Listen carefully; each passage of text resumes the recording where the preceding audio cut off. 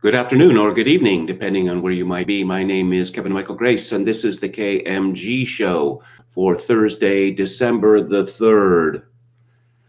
So I received a letter today. I don't really get any mail to speak of because I am house sitting.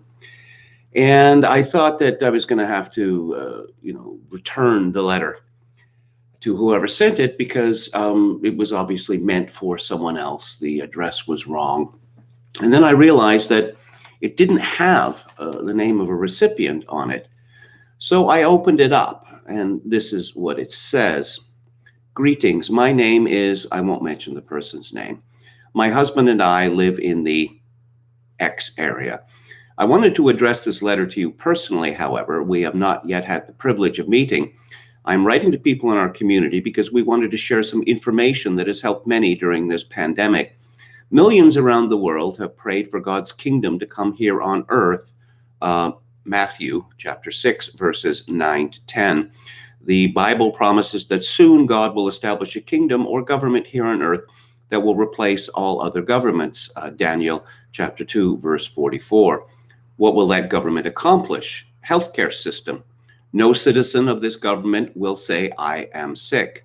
Isaiah chapter 33, verses 24, and chapter 35, verse 6. Resurrection of those that have died. John chapter 5, verses 28 to 29. Also, financial security, spacious housing, and enjoyable work for all. Isaiah chapter 65, verses 21 to 23, and abundance of grain. Psalm 72, verse 16. If you would like to learn more, please feel free to visit. Website is listed.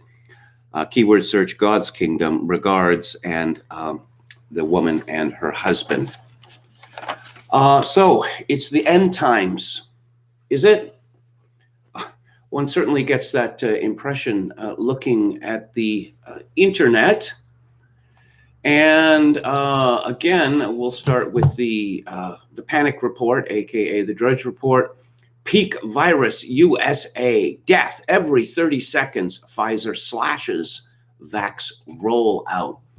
Deaths top 3,100 in a single day for first time. Data suggests true toll 400,000.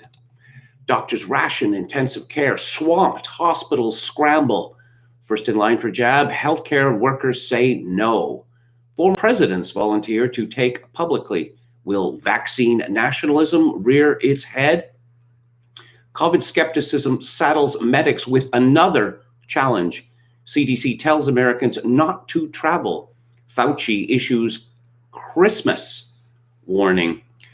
And so, what's the news from California? Just astonishing stuff. This is from the Daily Mail. California to be locked down for 3 weeks.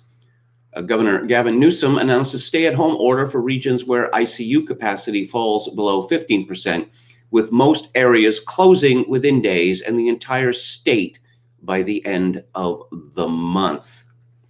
None of California's regions are at that threshold, but Newsom said 4 are expected to reach it in the next few days. Stay-at-home order. Newsom said that 4 out of 5 regions, Greater Sacramento, Northern California, San Joaquin Valley, and Southern California, are on track to hit that threshold within a few days. And the 5th, the Bay Area, is expected to meet it by the middle of the month. When they do surpass 85% capacity, the state will order affected regions to close hair salons and barbershops, limit retail stores to 20% capacity, and only allow restaurants to offer takeout and delivery for at least 3 weeks. The bottom line is that if we don't act now, our hospital system will be overwhelmed, Newsom said while announcing the order, which he called pulling an emergency brake at a video press conference. No, more like sending the train over the cliff.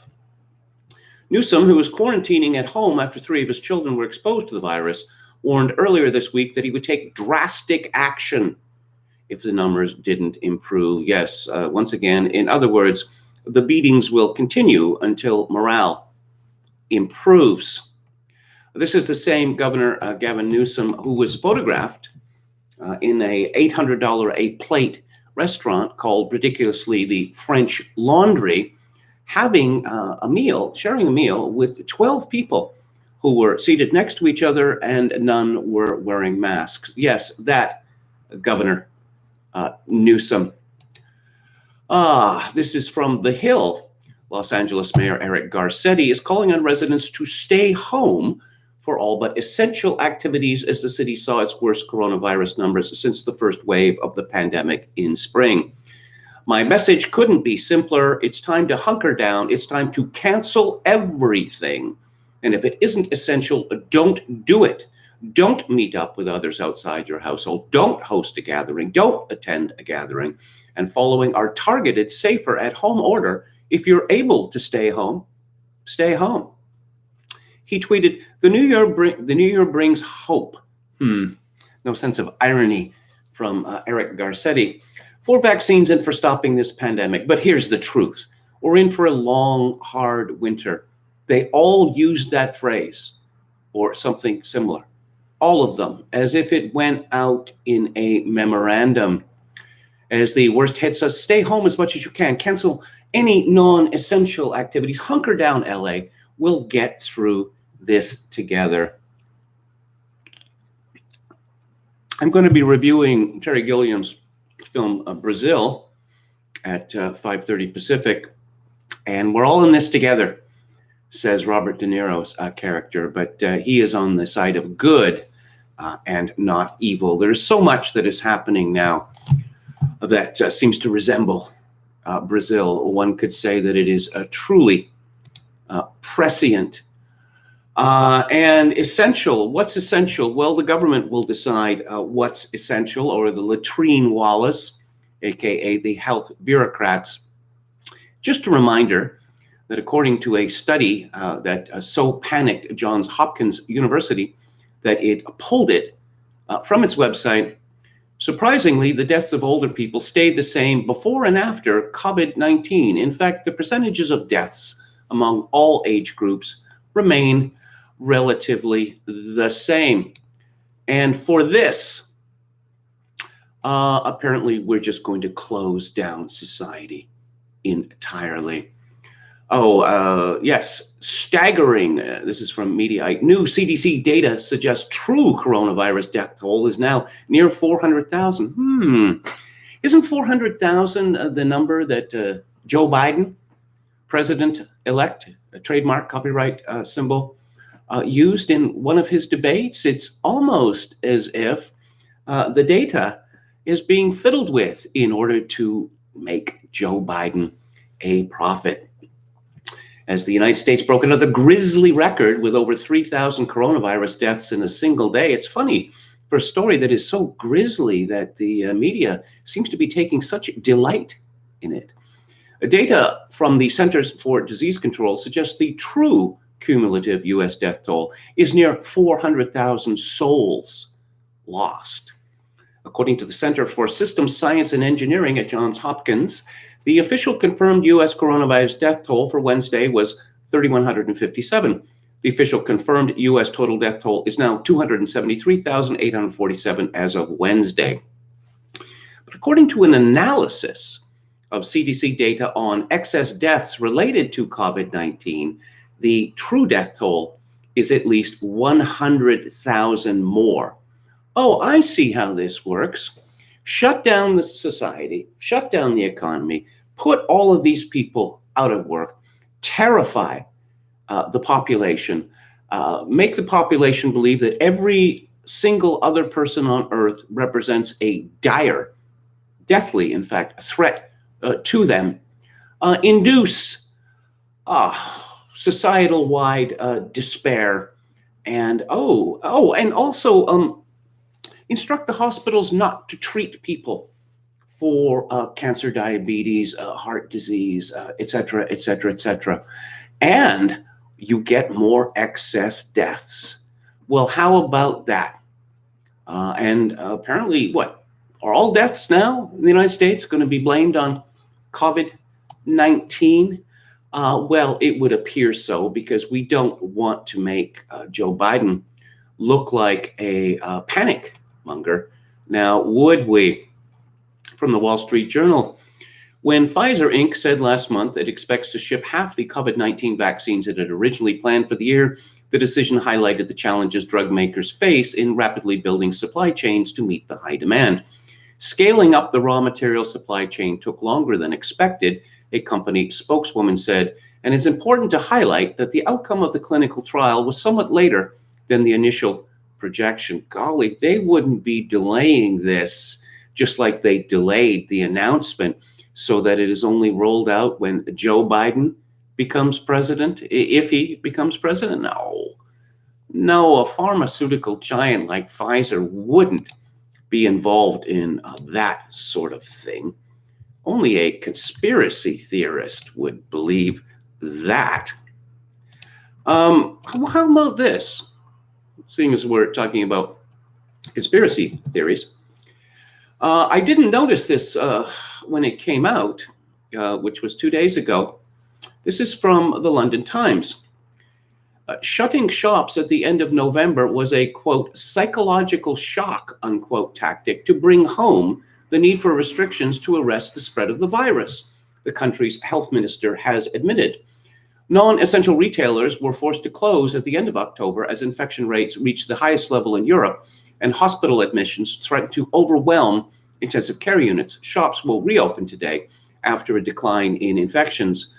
Frank Vandenbroek told the broadcaster VRT that with masks and social distancing, shopping does not involve any real risk. They're outright admitting it. They're just coming out with it in the same way that the British government announced or admitted that their 2-meter rule is twice what was actually recommended. A 1-meter rule was recommended, but they decided to double that to impress upon people how serious it was. Yes, this is the nature of the people that we are dealing with. Well, we're not dealing with them, they are dealing with us. This is the nature of our elite, that they will do anything to remain in control, even after they have been demonstrated to be unfit for purpose. They will, as they used to say in Vietnam, destroy the village in order to save it. So let's see. This is from Ben Wetmore at Gateway Pundit. Michigan's COVID shutdowns are legally the same as martial law.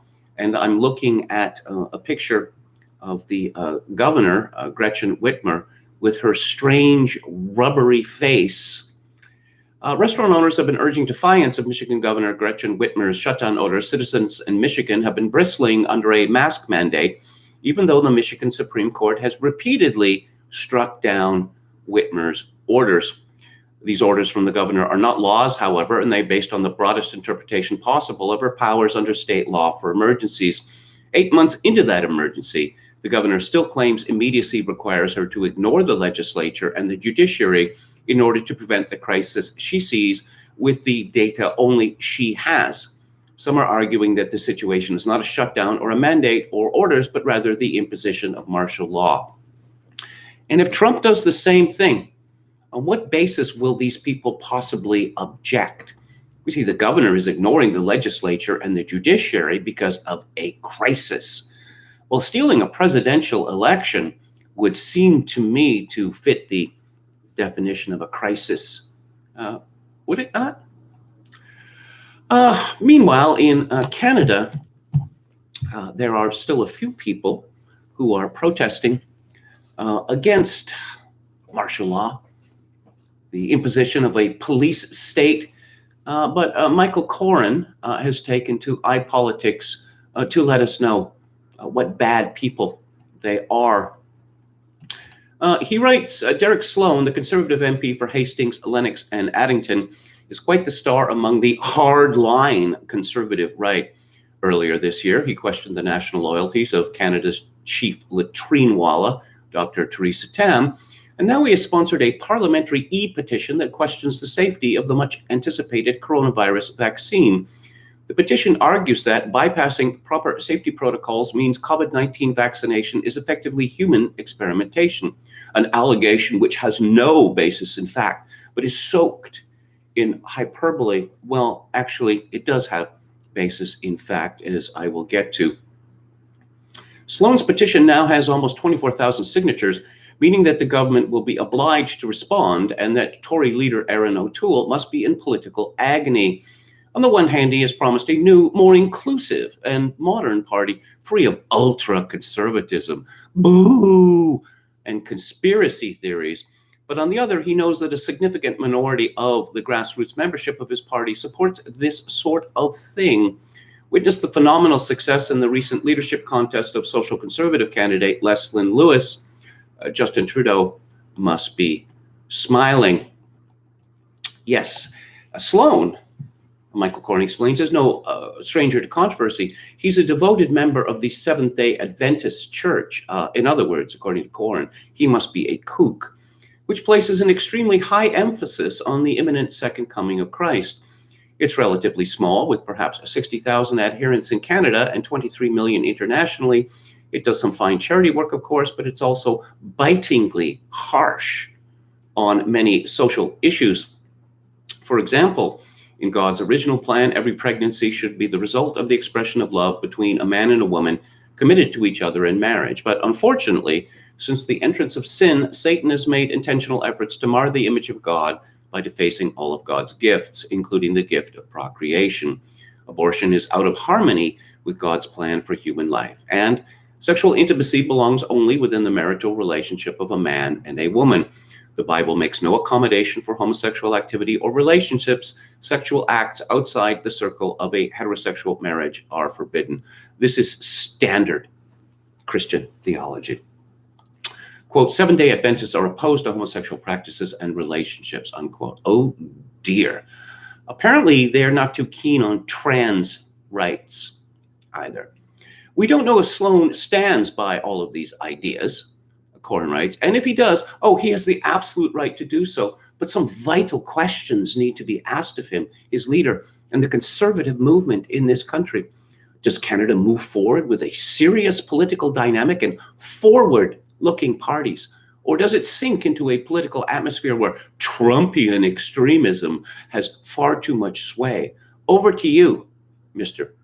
O'Toole. Yes, it's Michael Corrin's belief that people with far right or social conservative views, they have a perfect right to these views. Expressing them, that's problematic. And of course, these people have no right to take part in the political process in our country because they are so wicked. What are Michael Corrin's religious beliefs? Well, he went from something or other to being a Roman Catholic.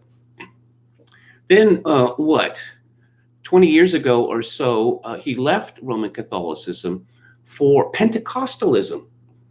And then he was hammering away at Catholicism being medieval and making a fetish of church and process and such like. Then several years after that, he came back to Roman Catholicism and he wrote a book called something like Why Catholics Are Right.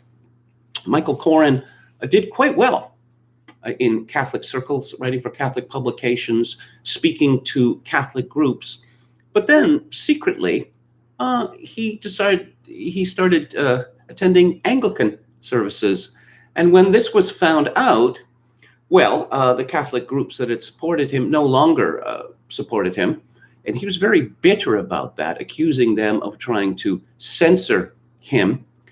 And then just to show everyone that this wasn't a flight of fancy, he went to divinity school and became first a deacon and then a priest in the Anglican Church of Canada, a church that teaches that abortion is a loving thing. And trans rights. I mean, what could be more sensible than 14-year-old girls being put on puberty blockers or 12-year-old girls or 10-year-old girls and having top surgery and the like. Very forward-looking, wouldn't you say? Let's have a look at the chat. Ed McNeck says, I'm very white-pilled by what I saw at the Georgia hearing today. Good evening to you, William Hicks, and to Emmett Kelly's Earth. Chogakin666 says, I'm very depressed. My MCL healed now. Now my ACL is torn, can barely walk. I'm sorry to hear that. Okay. Emmett Kelly's Earth says, it's the end of the world as we know, and I feel fine. Again from Chogakin666, Kevin looks like he could play an ancient Canterbury friar. Yes, I don't know how long ago it was, some years ago. I just decided to stop messing with my hair and just cut it short and just comb it forward. You know, if it was good enough for Frank Sinatra, it's good enough for me.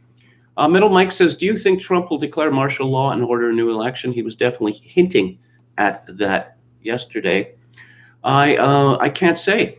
I can't say. Dan Allison, Dark Winter, canceling Christmas. Isn't that the Lion, the Witch, and the Wardrobe? Indeed, it is. Chad Chadson, our valiant moderator, says, don't forget to hit the like button. Indeed, indeed.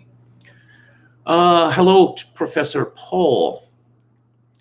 My Chuck the Buck Norris says, it's sad to see so many people believe in this hysteria. Well, I guess this is, they say there's nothing new under the sun. But I think what we're seeing with the internet and with social media is that information is all top down now.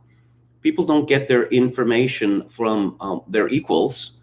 They get them from self-anointed authorities who are not to be trifled with. Head McNeck says 3 feet is the distance one would naturally stand from a stranger in a store anyway. Yeah, we have the 2 meter rule here in Canada. 2 meters is not, in fact, 6 feet. It is larger than that, but, you know, it doesn't matter. Buddy says the blonde with the glasses and the tood at the hearing was peak Michigander. Yes, and everyone on Twitter decided that it would be very witty to attack her as resembling Victoria Jackson. Why? I suppose there's a slight female resemblance. Victoria Jackson was on Saturday Night Live, and everyone thought that she was cute and amusing. And then it turned out that she was right-wing and Christian, so the same people decided that they hated her. Respectable commenting name says, do you think the continued media strategy of just ignore all the fraud will hold up even with the video evidence in Georgia now? We shall see. We shall see. Chris Cuomo on CNN was saying that the reason that CNN didn't show Trump's address was because Trump is the least of our problems now. Oh, is that the basis on which the news is reported? Also, he's toxic. Oh, I see. We only report on the activities of the President of the United States, including an address he said was the most important of his life, if he's certified non-toxic by PolitiFact, presumably. If you use imperial units, you may contact the disease, says Chogokin666. For more cuckery, Ken Bosencool has a piece on The Line Substack called The Populists Are the Problem. Bosencool was a senior advisor to Stephen Harper, former Prime Minister of Canada. And then he was appointed a senior advisor to Christy Clark, the Premier of BC, and he had to resign because apparently something unpleasant happened at a bar. The populists are the problem. Back in the 1990s, the then most populist premier in Canada would regularly invoke Martha and Henry as severely normal Albertans when justifying policy choices. Ralph Klein kept his finger firmly on the pulse of these severely normal Albertans, and it stood him in good stead. Martha and Henry had what could be called conservative instincts. They favored individual responsibility, strong families, helping community, and a responsive government that largely stayed out of the way, mostly in that order. So long as they felt the government generally favored the things they favored, they gave the government their support. Martha and Henry made up a large populist core of the conservative voting coalition, and not just in Alberta. Mike Harris tapped into these folks' common sense in Ontario, while Bill Bennett won them over in BC by putting people over glib slogans. Sadly, Martha and Henry have gone a bit nuts. In the first place, they are increasingly known not for what they favor, but for what they oppose. And man, they are increasingly men. Boo, men! Can they oppose? They are the frontline warriors in what Arthur Brooks calls the culture of contempt. They're not happy unless they're mad. And it hardly seems to matter at what. They're kooks. In other words, nothing to be angry about in this world. Not so long as the Ken Bosencools are in charge. Instead of personal responsibility, they've adopted radical individualism. The only strong families they favor are ones that exactly resemble their own. Apparently, they're not down with trans families. And they've reached the helping community on their block with a virtual anger gang on their smartphone.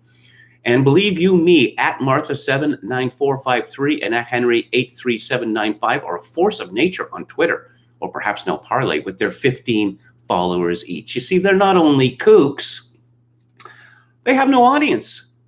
So if they're kooks and have no audience, why would we be afraid of them? Martha and Henry reserve the same heightened levels of suspicion and outrage for governments that they reserve for all elites and elite institutions in society. Wasn't there someone who once said something about putting not your trust in princes? I think I heard that somewhere. Well, except for their preferred elites, whose defining characteristic is railing against other real elites. Very amusing of Bosencool to pretend that our leaders allow the existence of an alternative elite. Look, it's not like these folks don't have plenty of reason to be disappointed. Many books and even movies have recently been written about their plight. They've seen stagnant incomes while the rich only seem to get richer. They've experienced unresponsive, increasingly intrusive, and occasionally corrupt governments. Real elites ignore what they think at best or aggressively look down their noses at them at worst. So what's the problem?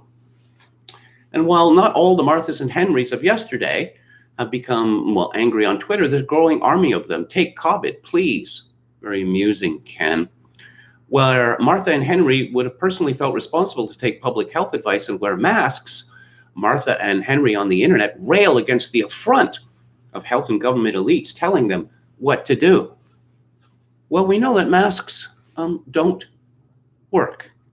Maybe that's the reason why they're angry, why they rail against that affront.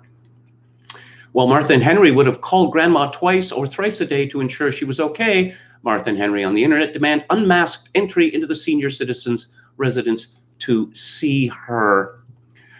Oh, where Martha and Henry would have understood and appreciated generous income replacement programs for those who can't work during the pandemic. Ken, why can't they work during the pandemic? Because their jobs have been deemed to be non-essential, and it's rather difficult for people to shop when they're continually, well, except for Amazon, of course, when they're continually told that if they go out, they're risking their own lives and they're risking the lives of others. There are two approaches to dealing with the modern populists on the right, Bosencool advises. And sadly, perhaps, the burden does fall on conservative leaders to deal with them. The left has its own modern populists, socialists that would replace the productive capacity of our economy with green government planning. Well, what exactly is happening in Canada right now, where you have, over 50% of the population now being paid not to work? The first and dangerous way is to foment the anger of these populists. I don't think he understands what foment means. This can be done rhetorically by reinforcing the prejudices or just being overly partisan in day-to-day communications, because the enemies of Martha and Henry, they don't have prejudices, which they demand we reinforce, and they're certainly not overly partisan in day-to-day communications. Another reason why the temptation to foment anger is that the alternative is difficult. It requires that conservatives not only search for the causes underlying populist disappointment, but then take the time to find solutions to address these causes. Ha, ha, ha, ha, ha. This requires revisiting past assumptions and conclusions. Do you have any specific ideas? It requires thinking about policies in areas we haven't thought about much, if at all. It certainly requires conservatives to have more than lower taxes, balanced budgets, and free trade in their policy arsenal. No, conservatives don't have balanced budgets in their arsenal. That was abandoned. Lower taxes in Canada, ha, ha, ha. Free trade is not a conservative policy. Yes. So these populists, conservatives need to turn their attention to a new set of issues to address their underlying discontentment. The other reason, it's the right thing to do. How about that? How about that? This column could be summed up as, Dear conservatives, we hate your guts, but please don't stop voting for us. Our backroom think tank and PR spiv jobs depend on it. Curious story from the Edmonton Journal. This is from Sharon Aulak. As COVID-19 cases soar in Alberta, with the province now accounting for nearly 25% of all active cases in Canada, Premier Jason Kenney appeared on a popular South Asian radio station in Calgary, calling for the South Asian community to do more to bring down surging infection rates. According to Kennedy, the South Asian community is responsible for the rapid rise in COVID-19 cases in Alberta, zeroing in on northeast Calgary, an area with a significant South Asian population, for having a particularly high number of COVID-19 cases. While Kenney tried to assure listeners that he doesn't mean to target or blame any particular individual or community, his message misses the mark. Jason Kenney sucks up to South Asians to the extent of campaigning for votes there in the Punjab. Yeah. And when he ran for the leadership of the United Conservative Party, there was some fuss about dodgy votes that all seem to be Sikh names. So for him to take on South Asians is very, very strange. Essentially, these South Asians are not sufficiently, stopping living. That is the problem. Of course, there are cucks in the United States as well. John Zamirak has a piece on The Stream called Why We Refuse to Fight, Servile Christians Embrace Surrender as a Virtue, and is illustrated with a picture of Hitler in front of the Eiffel Tower. It's not fair. Okay, the French lost 140,000 men in World War II, and most of them in the space of a few months in 1940. Yes, they fought and they were defeated. So Zamirak says, every book I've seen on the 7 deadly sins lists the sins and then the virtues they mock or miss, for instance, lust versus chastity, wrath versus penitence, etc. But that's only part of the picture, and presenting the moral life that way gravely misleads people, because the moral life is not about looking at one sin and overreacting to it to the greatest degree imaginable. Instead, it's about finding the golden mean between two opposing vices or sins. That's where virtue lies, between the two. Aristotle, Thomas Aquinas, and Dante recognized this. Too few Christians writing books on morality have seen this in recent decades. But the opposite vice is usually no better than the sin. Sometimes it's worse. The opposite of lust isn't chastity, but frigidity. The opposite of wrath is servility, which takes a sullen, cowardly pleasure in putting up with mistreatment and feeling morally superior. Servility is what I want to talk about today. Over the past few years, especially among the type of Christians who joined the Never Trump camp, I've seen that deadly neurosis repackaged as a virtue. It pops up in repugnant essays like Christianity is for Cucks, and in redundant books like The Benedict Option. Hey, I've got an idea. Let's start our own subculture. Why didn't anybody ever think of that? And now we're seeing it turn up in spades just in time to hamper our fight against election fraud. To fight this, first we need to move citizens out of their cozy comfort zone, which pretends that we live in a 1940s civics newsreel, Usually you can manage that by reminding people, as I have, how from 2016 on, the Democrats slandered, libeled, falsely prosecuted, and unleashed violent mobs on their political enemies. Remind them what happened to Nick Sandmann, Brett Kavanaugh, and General Mike Flynn, among many others. The next step, of course, is to present the actual evidence that the presidential race was dodgy, as the president's legal team and on a parallel track, Sidney Powell and Lynn Wood are doing. But you're still not done. For far too many Christians, no amount of evidence of massive intentional fraud will be enough to get them fighting. Why? They've already embraced losing as a brand. They've decided that turn the other cheek isn't limited to trivial personal slights, as Christ actually said. No, we should extend it to bigger things like massive fraud designed to seize power in our country, persecute our churches, and keep on killing babies. Or in Europe, false persecution claims intended to flood our country with Muslim immigrants who want to impose Sharia. Fill in the blank as fitting. For every fight that seems politically difficult or unpleasant, a servile Christian is ready to come up with a noble-sounding excuse for letting the wicked triumph, then quietly feeling proud of himself for his noble embrace of suffering, even if others, whom he should have but failed to fight for, suffer far more than he. For instance, the fight over whether Joe Biden will take the White House will have big implications for Christians here at home, but it's life or death for Christians over in Syria. The Biden team has clearly signaled that it intends to help al-Qaeda jihadis, the so-called moderate rebels John McCain vouched for, take power in Damascus. Rod Dreher did not take kindly to this. John Zmirak appeared on Eric Metaxas's show.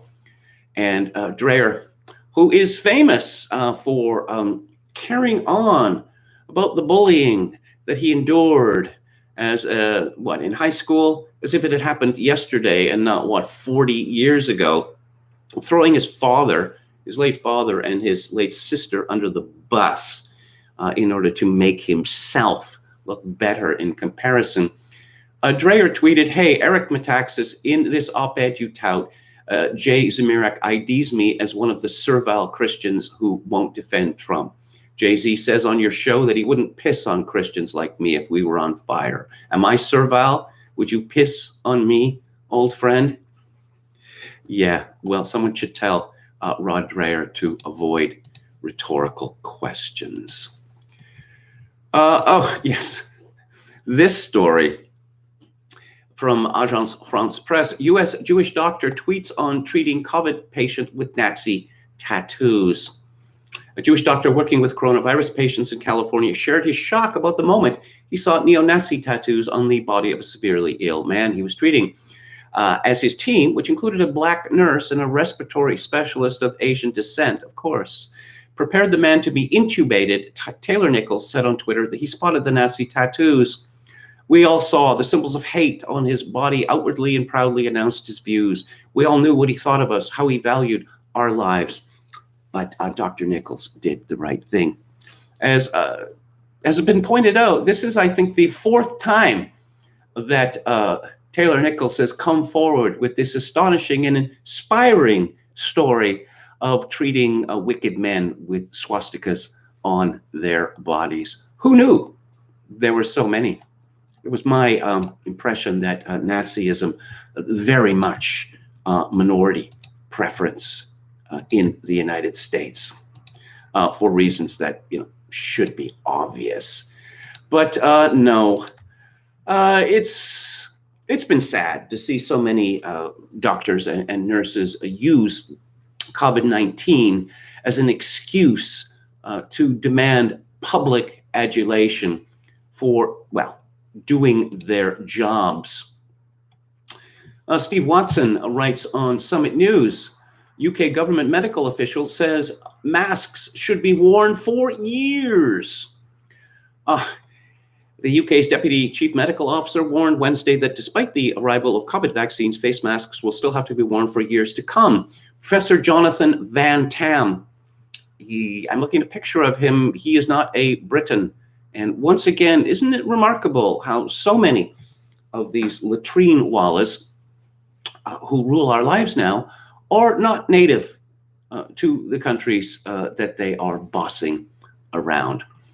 Van Tam urged that there will be no opportunity to have a massive party and throw out our masks and hand sanitizer now that the vaccine is here. No, parties are banned forever. We can't have people enjoying themselves. Van Tam also warned that the vaccine isn't going to help you if you don't take it, adding that watching others take it and hoping that this will then protect you isn't going to work. Well, presumably, if everyone but you took the vaccine, then you wouldn't have much need to worry. Meanwhile, new guidance from the World Health Organization has suggested that everyone should be wearing a face mask everywhere, indoors at all times, as well as outdoors whenever they cannot keep more than a meter away from others.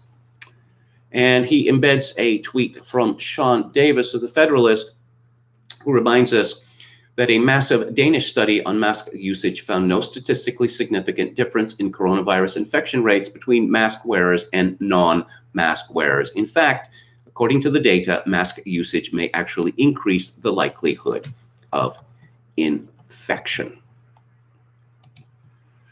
Let's go to lockdown skeptics. News broke yesterday that the UK has approved the Pfizer-BioNTech vaccine for widespread use, becoming the first country in the world to do so.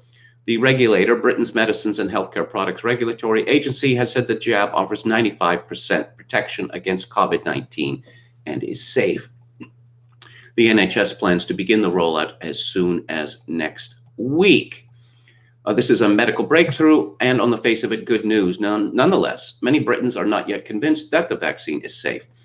According to the Mail, 1/5 of Britons are still unsure the Pfizer vaccine is safe, while 2/3 said Health Secretary Hancock should be given the jab live on air. Skeptics must be careful to avoid excessive application of the precautionary principle here. Of course, it hasn't been definitively proved that the vaccine is safe, but then again, it can't be proved categorically that it would be safe to end all government-mandated restrictions tomorrow. Nonetheless, there are some important concerns that need to be addressed, not least those in the petition by Doctors Yeadon and Wodarg. Quote, the formation of so-called non-neutralizing antibodies can lead to an exaggerated immune reaction, especially when the test person is confronted with the real wild virus after vaccination. The vaccinations are expected to produce antibodies against spike proteins of SARS-CoV-2. However, spike proteins also contain syncytin homologous proteins, which are essential for the formation of the placenta in mammals, such as humans. It must be ruled out that a vaccine against SARS-CoV-2 could trigger an immune reaction against syncytin-1, as it may otherwise result in infertility of indefinite duration in vaccinated women. The mRNA vaccine from Pfizer-BioNTech contain polyethylene glycol. 70% of people develop antibodies against this substance. This means that many people can develop allergic, potentially fatal reactions to the vaccination. The much too short duration of the study does not allow a realistic estimation of the late effects. As in the narcolepsy cases after the swine flu vaccination, millions of healthy people would be exposed to an unacceptable risk if an emergency approval were to be granted and the possibility of observing the late effects of the vaccination were to follow. Ross Clark in The Spectator commented, while the trials have proved that the vaccine can provide immunity against COVID-19 for the person who has been vaccinated, they were not designed to show whether the vaccine stops someone transmitting the virus to others, nor do we know how long immunity might last. Finally, and the most important obvious, and the point most obvious for lockdown skeptics for the majority of population, COVID-19 presents little or no risk. Far from being a death sentence, there is a approximately 99.75% chance of surviving it. More if you believe the data emerging from Norway, where the infection fatality rate is just 0.12%. It's partly because the IFR of the disease is so low that the cure has been so much worse. We hope that the vaccine isn't rolled out in such a way that it adds to these costs, particularly when it comes to the further erosion of our liberties. Research recently published in the British Medical Journal analyzed the first wave of COVID-19 cases in community settings in Spain, looking to estimate the country's IFR. Its finding, a rate of 0.8%, has been robustly challenged in the British Medical Journal by Peter C. Gutsche, professor and director of the Institute for Scientific Freedom, Copenhagen. And essentially, influenza. The conclusion that the infection fatality rate that they found in Spain was about 10 times larger than those for seasonal influenza. They quoted the U.S. Centers for Disease Control, but this agency may be a highly unreliable source when it comes to influenza. Infection fatality rates for virus infections depend on the infectious dose, which is higher in settings with overcrowding. We can therefore only estimate death rates approximately. In outbreaks of measles, a commonly used estimate is 0.2%, but it can be many times higher.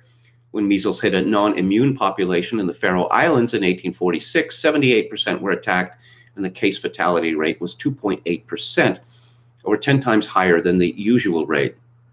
It is therefore not surprising that for influenza, as for all viral diseases, there are huge variations in reported case fatality rates. In a systematic review, the median was about 1% for laboratory-confirmed influenza during the mild influenza pandemic in 2009 and the following years. The Spanish study concluded that their result supports existing measures, e.g. social distancing, face masks, and educational campaigns. I disagree, says the Danish professor. The infection fatality rate seems to be about the same for influenza, but we have never introduced these drastic measures before when we had influenza pandemics, and we cannot live with them for years to come.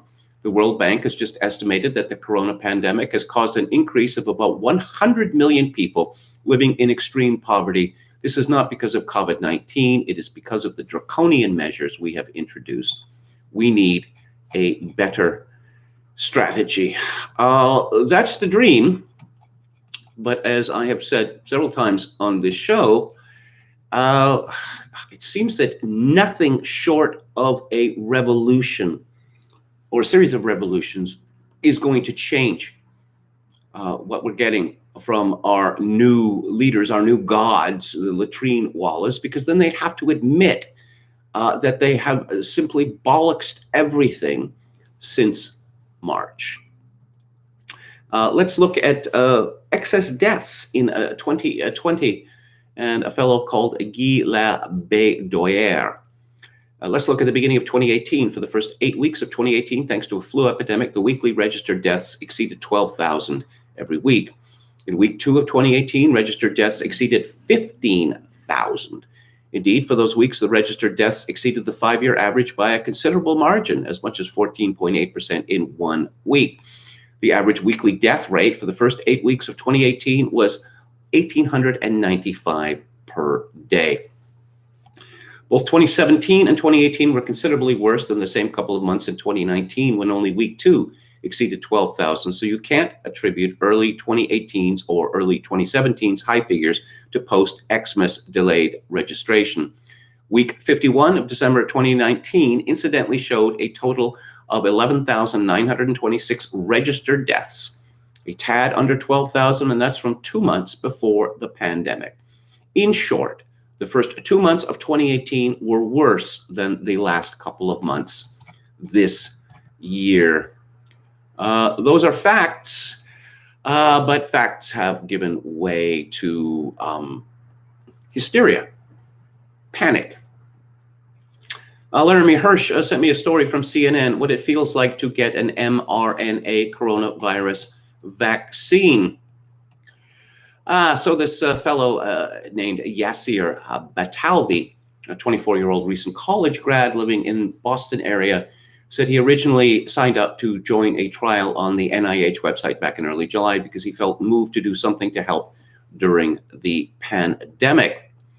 He was a little nervous rolling up his sleeve, especially when he was given a 22-page consent form to sign. But he said he felt like he was doing a public service. So what did it feel like? The actual injection felt at first just like a flu shot, which is basically just a little pinch in the side of your arm. Once I left the hospital that evening, the stiffness got a little bit worse. It was definitely manageable, but you kind of don't really feel like moving your arm too far above your shoulder. But the side effects are pretty localized. I mean, it's just the muscle in your arm, and that's about it. It doesn't really affect anything else, and you feel fine. That was after the first dose, but the second dose was different. I actually had some pretty significant symptoms after I got the second dose. Once I got it, I was fine while I was in the hospital, but that evening was rough. I mean, I developed a low-grade fever and fatigue and chills. He said he was out for that day and evening, but felt ready to go by the next morning. He said he called the study doctors to let them know about his symptoms. They weren't alarmed and told him he shouldn't be either. So that is one man's experience, a young, healthy man's experience. Let's go back to the chat, see what is happening there. Chogokin666, what is the occult reason for the vaccine, the real hidden meaning of the elite desire to inoculate? And on that note,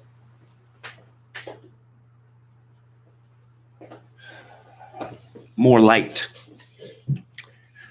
Peter Levy says, I look forward to watching our politicians inject themselves with water to put us at ease.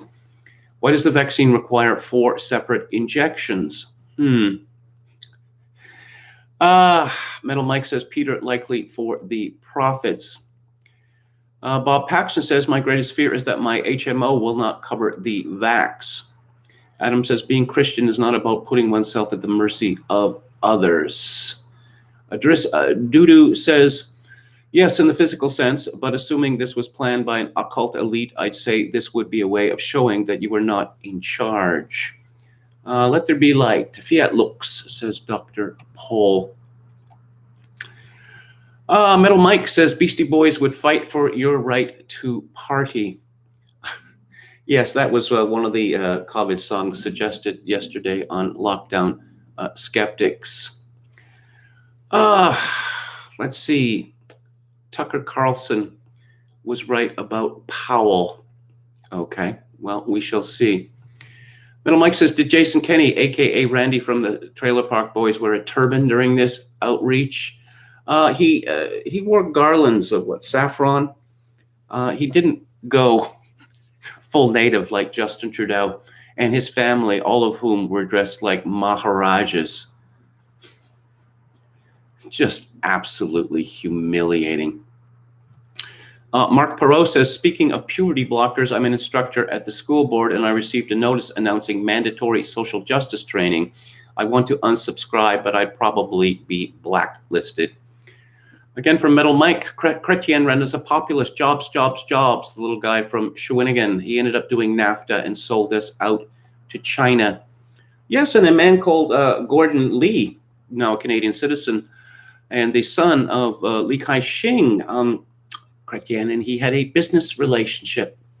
Chrétien became wealthy as a result. Okay, and let's get back to it here. James Dellingpole at Breitbart.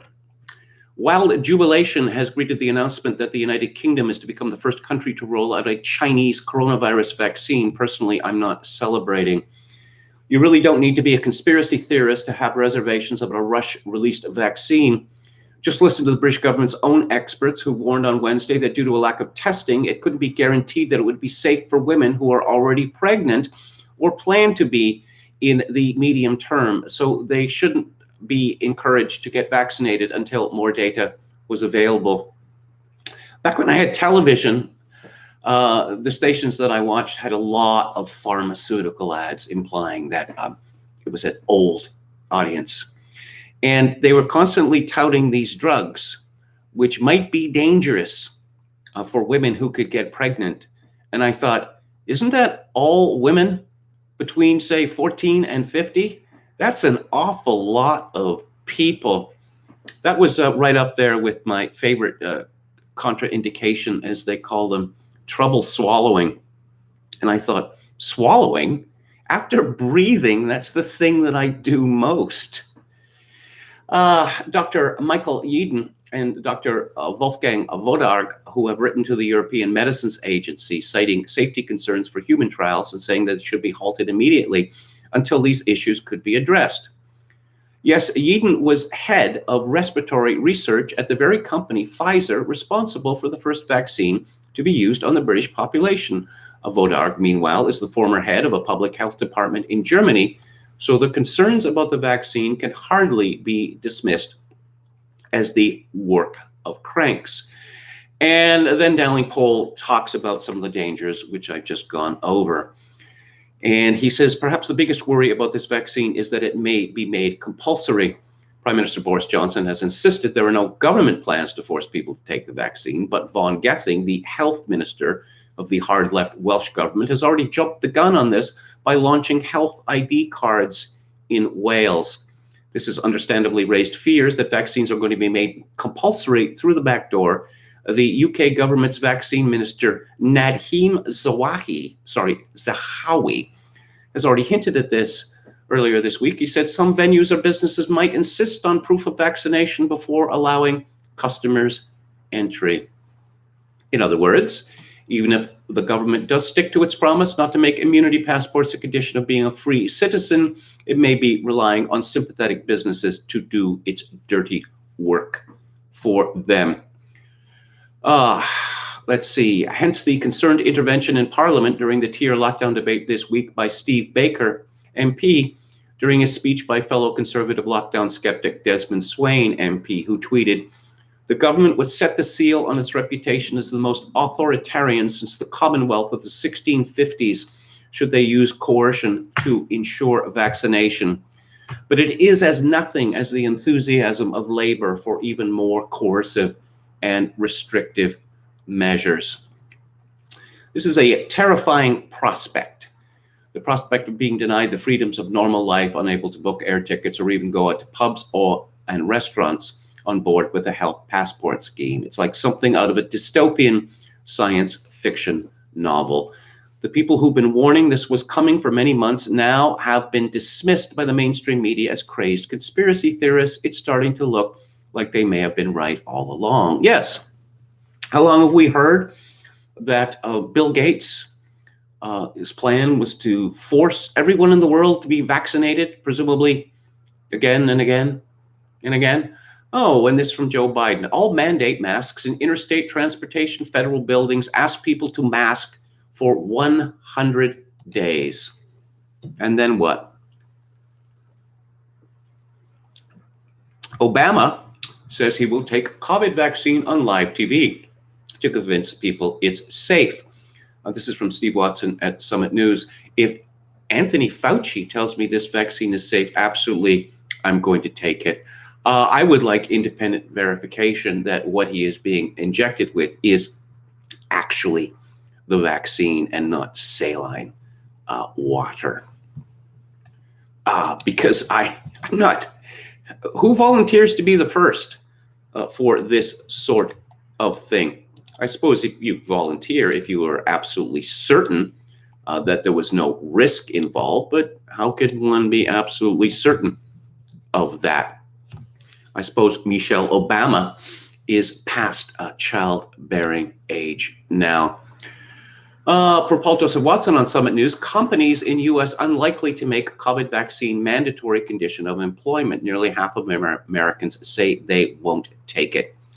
This according to a Reuters report, which notes that private U.S. companies have the right under the law to require employees to get vaccinated against COVID-19. However, Robert Field, a law and public health professor at Drexel University, said that companies were in uncharted territory given the rushed approval of the COVID vaccine and its emergency use authorization, which has no precedent. Companies could theoretically issue a mandate, but in the current political climate, it is very unlikely they will do so, said Peter Myers, a law professor at George Washington University Law School. And again from Paul Joseph Watson, and here's a real shocker. Journalists and rich people defined as high-value business travelers will be made exempt from having to enter a 2-week COVID quarantine when they return to the UK under new rules announced by the government. From 4 a.m. on Saturday, people in a number of categories will no longer have to self-isolate upon returning to England, even if they are traveling from a country not on the travel corridors list, reports Sky News. Those categories include journalists, high-value business travelers, performing arts professionals, and wealthy sports stars. The rule change is being pitched as a way to help boost the economy, but many responded by framing it as a classic example of elitist privilege. We're being governed by absolute fools, clowns, and charlatans. If I'm rich enough to afford business class, I'm immune to COVID, asked one Twitter user. One rule for us and another for all the little people. Shrewd move just when trust and social cohesion is needed. Yes, we're all in it together. Remember that? That's what we have been told repeatedly. And in fact, I have been in numerous stores where this is being played over a loudspeaker. And I'm sorry, did I wake up in the film version of 1984? Alex Berenson tweets, also, Uncle Joe will ask for a 100-day-long prayer to the sun god Ra for a good harvest. If current infection trends continue by April, we should be at herd immunity even without a vaccine. Expect public health roosters to take full credit for the dawn. Are you kidding me? Peter Daszak, who helped fund the Wuhan lab where SARS-CoV-2 definitely didn't leak, is on the World Health Organization Commission investigating the origins of the virus. How on earth did Daszak get on both the WHO and Lancet commissions? Yes. I wonder. Berenson tweets, just had a fascinating talk with someone hospitalized for COVID. I can't repeat the specifics. They would sound too convenient anyway. But I will say, hospitalizing people to give them remdesivir, whose only proven benefit is to shorten hospitalizations, is beyond perverse. And those hospitalizations, along with COVID incidental patients, are clearly a significant part of the fall spike. Public health types keep peddling the idea that hospitals are so full they have tightened admission criteria, but the reality appears to be the opposite, especially since hospitals now know that they can easily manage the PPE requirements and get that sweet 20% DRG bonus. And what does DRG stand for? Decisions Resources Group? It's a diagnostic thing. It is it is sorting people by disease. Diagnosis-related group, a system to classify hospital cases. Yes, so they have incentivized COVID-19 at hospitals. And is it any surprise what has happened? How long we'll be able to express of skepticism regarding COVID-19 and the public policies advanced to curb it? That's an open question. A story by Lucas Nolan at Breitbart. Twitter has once again expanded its hate speech policies to prohibit language that dehumanizes people on the basis of race, ethnicity, or national origin.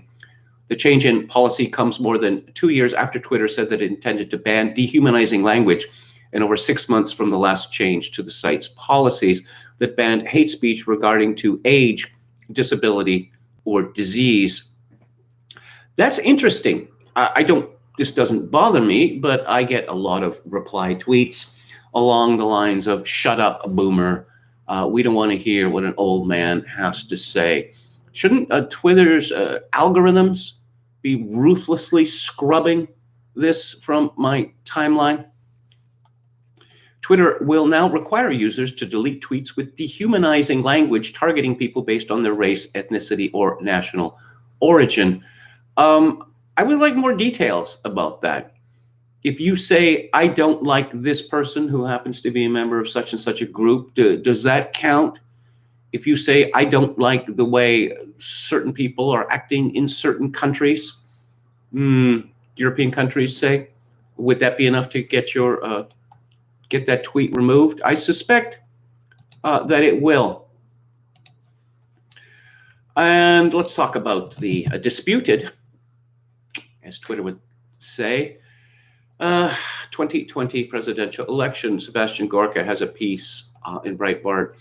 The evidence is overwhelming. On the night of the election, President Trump was winning in all the key battleground states. Then the local Democrat authorities all decided to halt their counts. Once they were restarted, hundreds of thousands of ballots for Biden were miraculously found. Since then, Rudy Giuliani, Jenna Ellis, Joe DeGeneva, Victoria Tonsing, and the rest of the president's small but intrepid legal team have found evidence of multiple instances of fraud in all the key voting districts.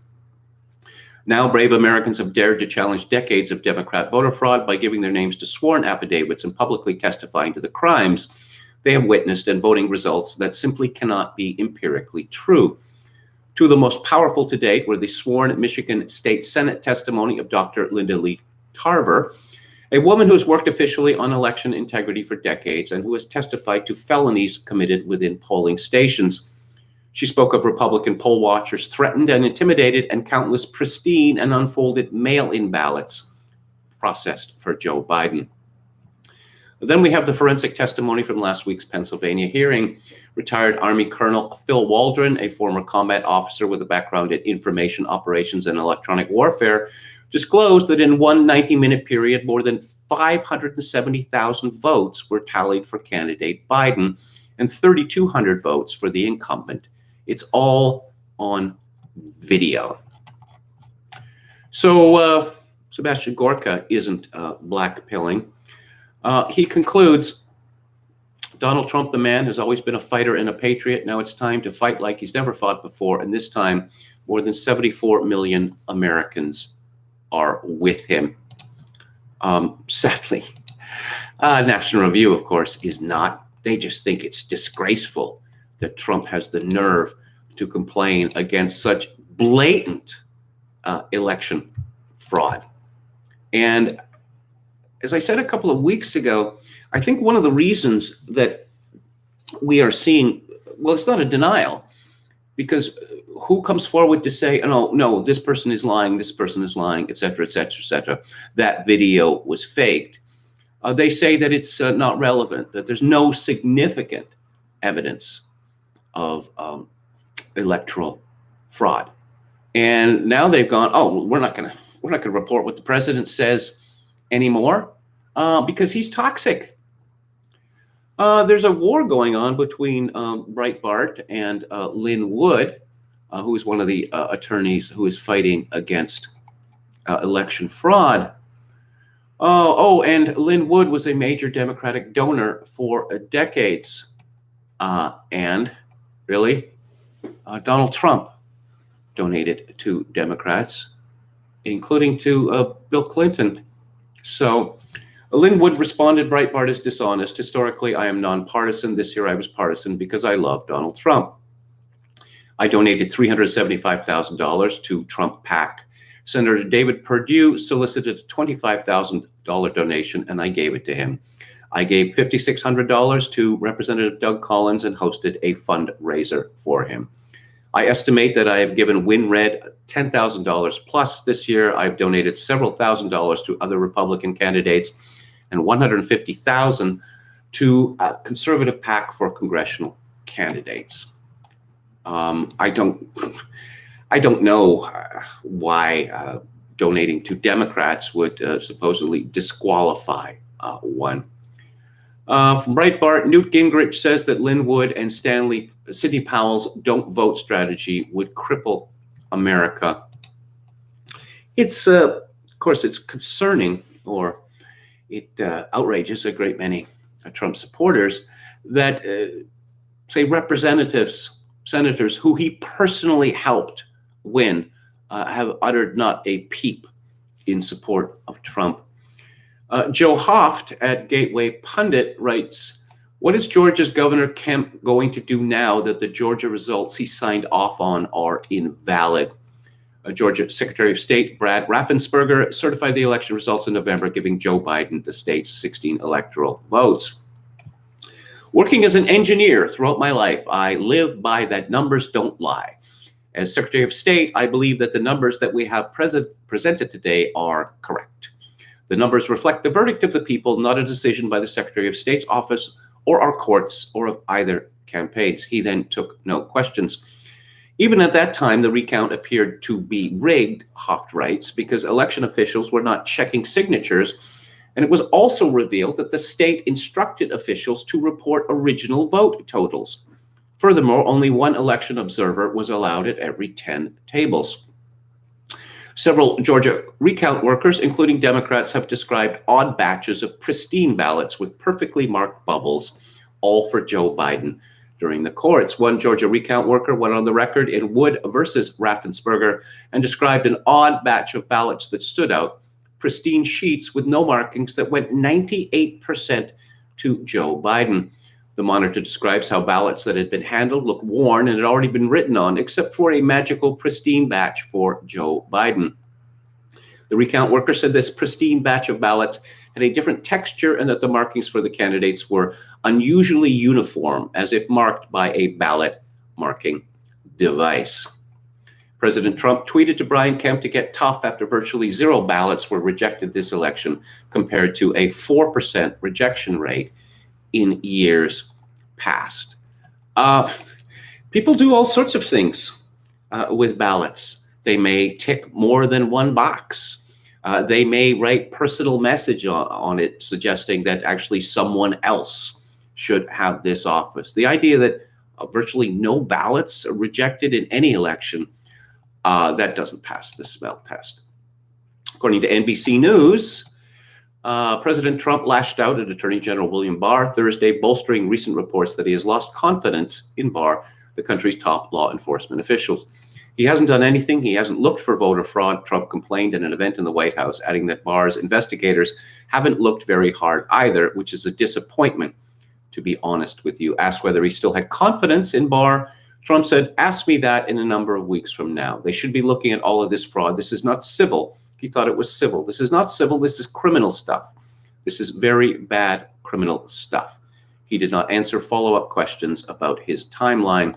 Trump's term, that is to say his first term, ends in less than 7 weeks. And now I'm looking at the stupid face of Chris Cuomo explaining why CNN won't air the president's speech. This is the same CNN where Jeff Zucker, the CEO, ordered everyone to get down with stories on Donald Trump's physical decline. Vox Day writes, Team Trump has voting machine breaking. Trump team now has a Dominion machine from Ware County, Georgia, with evidence of Trump votes being switched to Biden. Source John Fredericks on Steve Bannon War Room. I know no more about it than you do, but that's the word from Twitter. 30,000 ballots scanned multiple times. The case is now conclusively proven the election fraud was massive and widespread. A contractor for Dominion Voting Systems who worked at Detroit's TCF Center on Election Day has told Michigan lawmakers that she saw roughly 30,000 ballots being scanned multiple times by the counting machines. The contractor, Melissa Corrin, who works as a freelance IT professional, made the allegations Wednesday night before a panel of Michigan House Oversight Committee members. Corrin was at the Detroit Center early on Election Day, November 3rd, until about 4 the next morning. She also returned to the site later on November the 4th. On November 10th, she said in an affidavit that she witnessed nothing but fraudulent actions take place. I observed numerous employees, city workers, running batches of ballots through the tabulators countless times without discarding them first. How much evidence is needed? Well, the answer is there will never be enough evidence to convince the media, well, because they're not interested in evidence. They have made this true. Melissa Corrin is the woman who's being mocked for resembling Victoria Jackson. I saw a clip of her where she was responding saying, I signed an affidavit and that, if I lie, I can go to prison. Have you done this? The fellow that she was speaking to was rendered speechless by this. Vox Day says statistical evidence, forensic computer evidence, eyewitness evidence, documentary evidence, multiple attempts to destroy physical evidence. The courts and the legislatures can stop this shameless sedition and attempted coup. But if they don't, the president will #cross the Rubicon. And finally, from Vox Day, seen on Twitter, 17,327 people who voted in Michigan have obituaries. Speaking only for myself, I would say that an obituary is conclusive evidence of vote fraud, and over 17,000 obituaries qualify as widespread vote fraud, especially in light of how more than 14,000 dead people are reported to have voted in Wayne County alone. And let's talk a little bit more about this. But first, let's go back to the chat, see what's happening there. They are full Baghdad bobbing it, says Yo Mama. Indeed, they are. Chokokin666, have you ever seen The Wages of Fear? It's a great film. I'd love you to review it. I have seen The Wages of Fear. And it is terrifying to watch.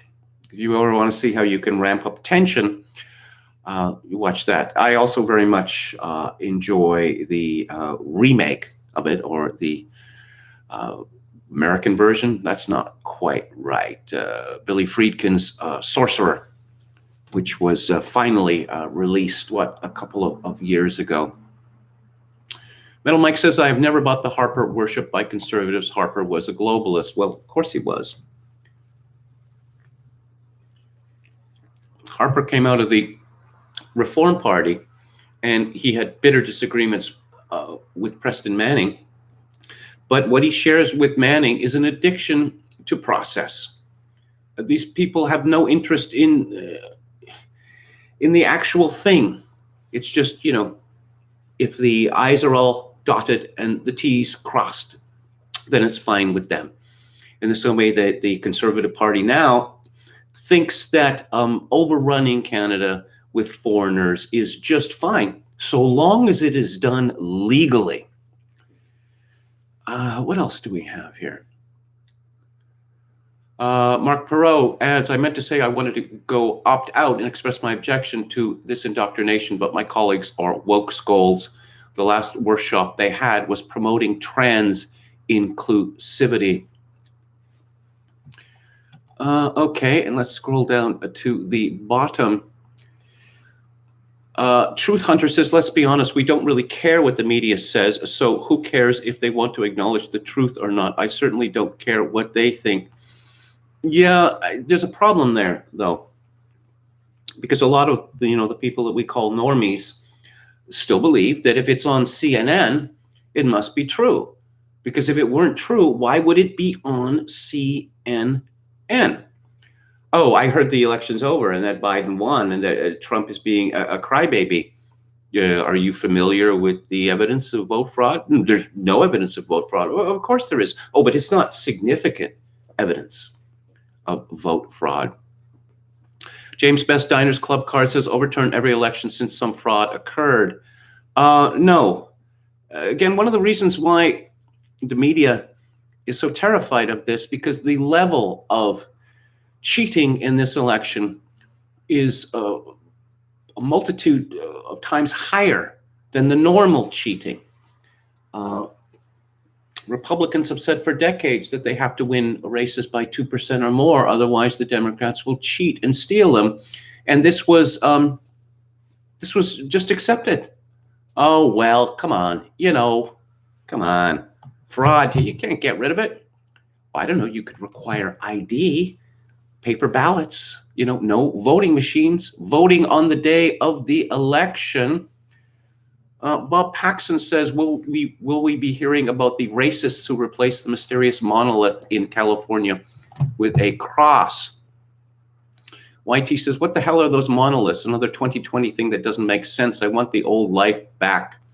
Exhausted from the insanity. Do you remember crop circles? Everyone was carrying on about crop circles, and it turned out that farmers were making them for fun, although I'm sure there's still people who believe that aliens were responsible. Also, these cattle that were being stripped to the bone. And it turned out that it was parasites that were doing this, but still people believe that aliens were responsible. Is KMG's stream lagging, or is it just me? Well, no one else is complaining about it, so I suppose it could be just you. Let's see. Driss Adudu says, the Chinese recently stated it, presumably COVID-19, could have originated from tainted Indian imported food. Can't wait for India's response. Truth Hunter says, I heard the Chinese actually said the virus came from America, which makes more sense to me. Why wouldn't the Democrats release a highly contagious virus to create a global BS scam? Yeah, the Chinese are now taking on Australia with the, they published photograph, presumably demonstrating that all Australian soldiers are war criminals. And the communist Chinese just seem to have this remarkable ability to go out of their way to antagonize people, including people that they should not be antagonizing, because it is well within the bounds of possibility that Australia could simply say to China, get out. We want your people and your businesses and your money gone. We got along just fine before they showed up. In a little while, I will be moving to the Theater Thursday, where I will be talking about Brazil. But before we do that, let's check in with J5 Killer. Ian Miles Chong had tweeted, I've noticed a huge influx of Wu Mao, Chinese paid propagandist bots accounts in Trump supporters mentions posting pro-Biden sentiment. J5 Killer says, yes, there are tons of these out there, well-aged accounts with less than 100 followers, often pretending to be sports fans or music fans. Yes, music fans of K-pop in particular. J5 Killer says, anytime I've said Trump always wins, one of these shill accounts pops up and says, let's put money on it, bet me $1,000. My guess is that they're also trying to dox some of us. Also, I'm not sure all of these are Chinese bots. A lot of them are probably run by Democratic super PACs. Oh, Senator Marsha Blackburn from Tennessee tweeted, China has a 5,000-year history of cheating and stealing. Some things will never change. J5 Killer comments, speaking of boomers getting spicy. And I want to talk about Meg Whitman. Business great, business giant, and erstwhile politician. She is in the news again. This is from Politico, and they're going to make me scroll down for this. Hang on, yes. They run all these stories together. For some reason. The New York Times has taken to doing that as well. Under the headline, Cabinet Roulette, Whitman can't shake Quibi stink. The dumpster fire known as Quibi is still smoldering. The failed streaming service is shut down, but its CEO, Meg Whitman, is being dogged with a politically charged legal battle that could imperil her ambitions to join the Biden administration. On Wednesday, she sat for a deposition in a patent dispute over Quibi's video technology, sources familiar with the case said. The courts have already rejected a motion to dismiss, and the public battle with pricey lawyers could stretch for several months, years maybe, and become an unwanted distraction for Biden. The next hearing, scheduled for December the 21st, focuses on whether Quibi should be forced to set aside capital should they lose the lawsuit to Eco, an interactive video company. The president-elect has been eager to appoint a Republican to his cabinet. Whitman, the former head of eBay and Hewlett-Packard, has been one of the most buzzed about as a potential Biden selection, possibly for Secretary of Commerce. A longtime Republican who ran for governor in California in 2010, Whitman has been openly critical of Trump, ultimately fundraising for Biden and speaking at the Democratic convention. Beyond the distracting headlines, Quibi's legal battle could also imperil Whitman's bipartisan appeal, at least in the Senate. The legal challenge to Quibi is being financed by Elliott Management, whose founder and president, Paul Singer, you do not want to be on the wrong side of that shark, is one of the most influential power brokers in the Republican Party. If the legal battle isn't settled in the coming months, any Whitman confirmation battle could get messy.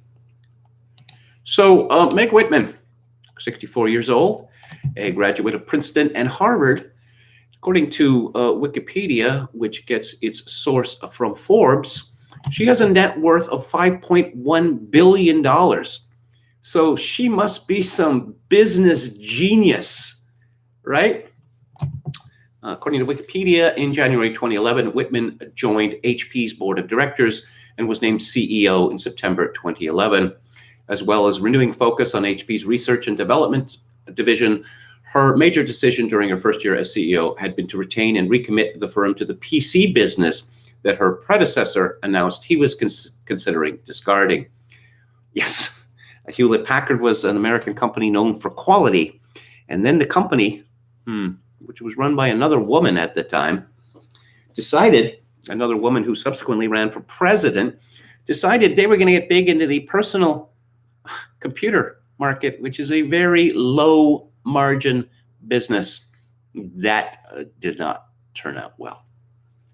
In 2012, Whitman announced that Hewlett-Packard would write down $8.8 billion of the value of Autonomy, the British software company it had purchased the previous year.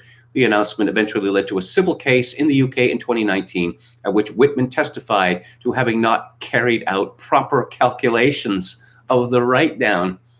In May 2013, Bloomberg named Whitman most underachieving CEO, along with Apple's Tim Cook, ranked 12th, and IBM's Virginia Rometty, ranked 10th, whose stocks have all turned in the worst numbers relative to the broader market since the beginning of each CEO's tenure.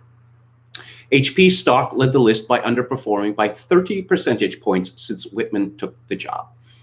On January 26, 2017, Whitman stepped down as chair of HP Inc.'s board of directors while remaining as CEO of Hewlett-Packard Enterprise.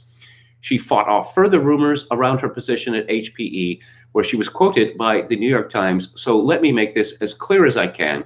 I am fully committed to HPE and plan to remain the company's CEO. We still have a lot of work to do at HPE, and I'm not going anywhere." So that would be August, September, October, November. 4 months later, it was announced that Whitman was stepping down as the CEO of HPE effective February 1st, 2018. So, how much of a golden parachute did Meg Whitman get for screwing up at Hewlett-Packard? I always love this about these big companies, that how come CEOs get paid so very much money and all these stock options and golden parachutes? Because, it takes a very special sort of person to do this job. Greg Easterbrook has pointed out in many cases that when looking at the disastrous tenure of so many high-profile CEOs, they could literally bring in someone from off the street and expect that person to do no worse. This was a story from Yahoo Finance from 2015. Hewlett-Packard Enterprise CEO Meg Whitman is one of the most generously compensated CEOs compared to most of her peers. She's especially better paid than one of her direct competitors, IBM CEO Gina Rometty, who has also been a disaster at her job. In considering CEO compensation relative to market cap, the heads of Nimble, 3D Systems, and HP are better paid, while IBM's Rometty is underpaid, albeit following a couple difficult years. What are the things making Whitman's compensation package so sweet? A huge golden parachute. Whitman would get nearly $91 million if HP gets acquired, more than double her peers, and $51 million if she's forced out, not fired for cause. Again, nearly double. That compares to zip that Tim Cook gets in either situation, and zero for Rometty for an acquisition, or $14.6 million if she is terminated. In other Meg Whitman news, this is from December 15, 2016. Hewlett-Packard's enterprise chief recently told customers that Micro Focus, the soon-to-be new owner of its software division, has never closed a product from a firm it acquired. What HPE didn't tell those clients is that it itself was going to kill off a certain line service anywhere. Yes, the headline from the Register says, Meg Whitman, HPE Software's new owner, kill a product? Never. We can easily kill off products ourselves. Glass ceiling my ass. A company hires a female CEO, and I guess we're stuck with this woman unless she decides to leave voluntarily and we give her a fortune to go away. Because, if we were to fire this woman, we would be accused of misogyny and the patriarchy, and so we're stuck with them. But Meg Whitman is the business genius that apparently the Biden administration is determined to have on its team. Let's, before I'll take a look at the chat before I move directly onto Theater Thursday. Leponius Maximus Meridius says, special people are always right, even when they are wrong. Bob Paxton says, special people make all of the right calls. There was a Wall Street firm, Merrill Lynch, and they hired their first black CEO, and he did not do a good job. I believe he received $150 million to go away. I often had this fantasy, of just walking into the board of one of these companies and say, hey, you know what, why don't you make me your CEO? I'm sure I wouldn't be as bad as whoever is running this company now. And if you decide to fire me, I will leave for a fraction of $150 million. A Wandering Spurk says market cap is not necessarily a good heuristic for organizational size or size of CEO duties and responsibilities. Wait, has KMG not heard of Quibi? Yes, I've heard of Quibi. Jeffrey Katzenbach was involved in this as well. And it was going to paid service offering super short videos for people on the go. What about YouTube? YouTube offers many, many millions of free videos. Some are long and some are short. Some are quite short. Some are right the same length as the videos that Quibi was making available. I'll go away for 80 mil, says Bob Paxton. Emmett Kelly's Earth says we need more ductwork advertised on TV to complete the dystopian touch of Brazil. Alex DeLarge says Meg Whitman lost investors about $2 billion through Quibi. And again, oh yeah, Meg Whitman. What's that Meg Whitman done? Oh, she ran in California. How'd she do? Not well. Yeah, she was the head of Hewlett Packard. How did she do? Not well. Well, definitely, we want her in charge of this new media venture. 4-second cat videos for the ADD. TikTok. Those are short videos, presumably for busy people on the go. Or I suppose simps would be the main TikTok audience. So let's move on to Theater Thursday. And I'm going to talk about a film from 1985 called Brazil. And it is directed and co-written by Terry Gilliam. The other writers are Charles McEwen and Tom Stoppard, the legendary playwright. I'm going to talk about Terry Gilliam, but watching the film again a couple of days ago, it struck me how much the sentiment of this film resembled that of a song by the Kinks written by Ray Davis called 20th Century Man. This is the age of machinery, a mechanical nightmare, the wonderful world of technology, napalm, hydrogen bombs, biological warfare. This is the 20th century, but too much aggravation. It's the age of insanity. What has become of the green, pleasant fields of Jerusalem?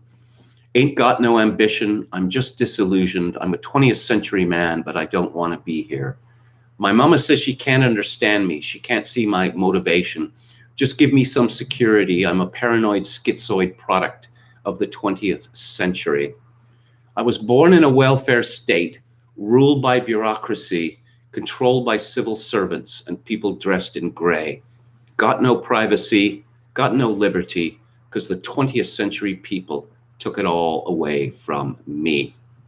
And we see that gray is a very important color in Brazil because the whole world seems to have turned gray. And in fact, our hero, when he gets the job that he didn't want and then wanted for a reason I'll explain in a few minutes, He's told several times, you'll never get anywhere wearing that suit.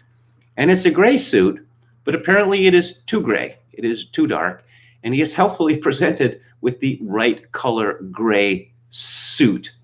Also, our hero, Sam Lowry, his mother doesn't understand him either. His mother can't see his motivation. Doesn't seem to be a very ambitious man. Terry Gilliam was born in 1940. He's an American who translated to England in the 1960s. He's long been a British citizen and now is solely a British citizen. He was first noticed for his work, his cartoon work for Monty Python's Flying Circus. And he directed the first Monty Python movie, Life of Brian. He directed Monty Python and the Holy Grail. When I was young, I adored Monty Python. I don't really like them much, particularly John Cleese. Just an awful lot of shouting going on. Gilliam has made a lot of movies. Fisher King was a big success. Robin Williams is in that, and I cannot abide Robin Williams. That movie where he played the film developer in the store, he dialed down his performance to zero there, so it was quite acceptable. I quite like Gilliam's dystopian movie, 12 Monkeys, but Brazil is my favorite of the ones that he has made. And it's a curious movie. It's a satire of what exactly? You look at the setting. When is it made? Is it supposed to be in the past? Is it supposed to be in the future? Well, it's not made clear. Most of the people speak with British accents, but we hear American accents. Is it in England? It's not made clear. The movie is all white people.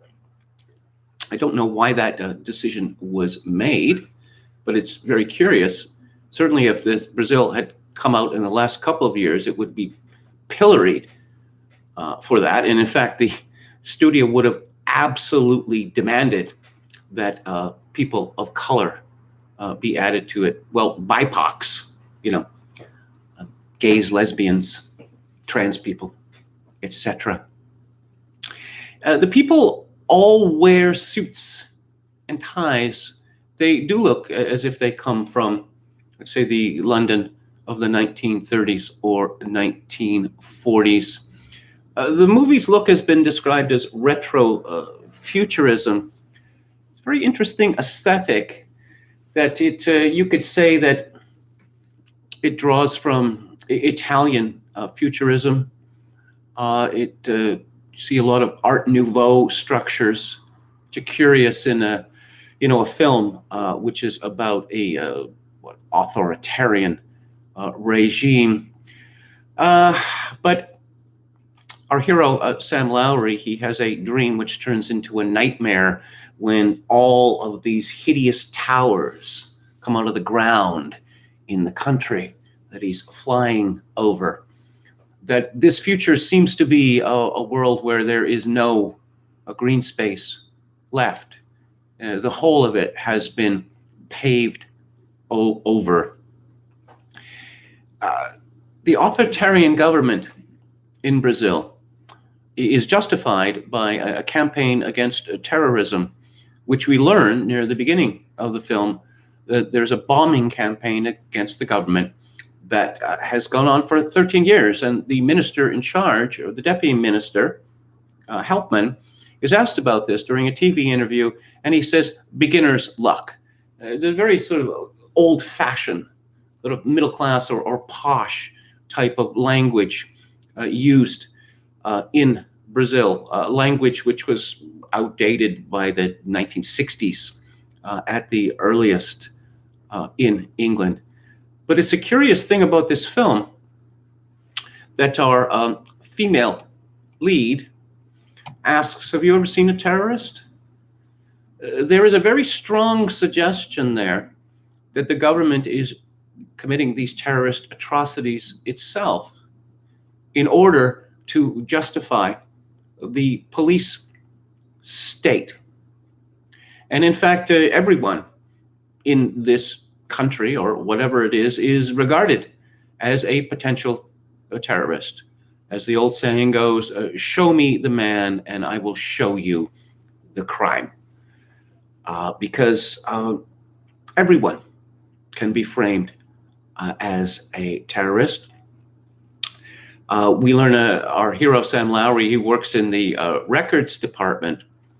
And this is as nothing, apparently, compared to information retrieval, which we learn is a sinister play on words, because information retrieval specializes in retrieving information from people through torture. I should mention just an outstanding cast in this movie. Jonathan Pryce, the great Welsh actor, plays Sam Lowry.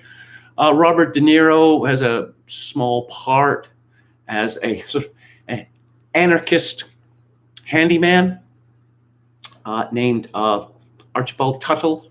Call me Harry, he says. American actress Katherine Helmond is Sam Lowry's mother. She is obsessed with plastic surgery, and she has an ongoing rivalry with a close friend of hers over which type of surgery is the best, the old-fashioned kind of stretching the skin and cutting excess tissue, or the new-fashioned kind of using acid, which doesn't work out too well for Katherine Helmond's friend. The great actor Ian Holm plays Sam's first boss, who seems to be terrified that everyone else, or particularly information retrieval, is looking to blame his department for its own failures, which is exactly what it intends to do. In fact, this police state in Brazil could be the result simply of bureaucratic turf wars. Bob Hoskins, who of course was the star of Who Killed Roger Rabbit, plays a bolshie. What they would call in Britain a builder. And he works for the state. But I suspect that the humor of this, the incompetence of these people, is rather a comment on British conditions, because builders, specifically the kind of people you bring into your house, say, to redo your bathroom or redo your kitchen, they have a very low reputation. In fact, Bob the Builder, I suppose, was rather strange, considering that builders are, the stereotype is that they are loud, vulgar people who insist on blasting their music in your house. They take twice as long or more to finish the job that they have promised. And of course, you pay a lot more than you originally intended to. That's assuming that you get what you wanted. Michael Palin plays an old friend of Sam Lowry, and Michael Palin, the nicest man in England, he's a very good choice for Mr. Lint, because it's always the one you least suspect, right? And Peter Vaughan plays Helpman, the minister, who is friends with Sam Lowry's mother. There's a suggestion that they were lovers, or perhaps a suggestion that he might actually be Sam's father.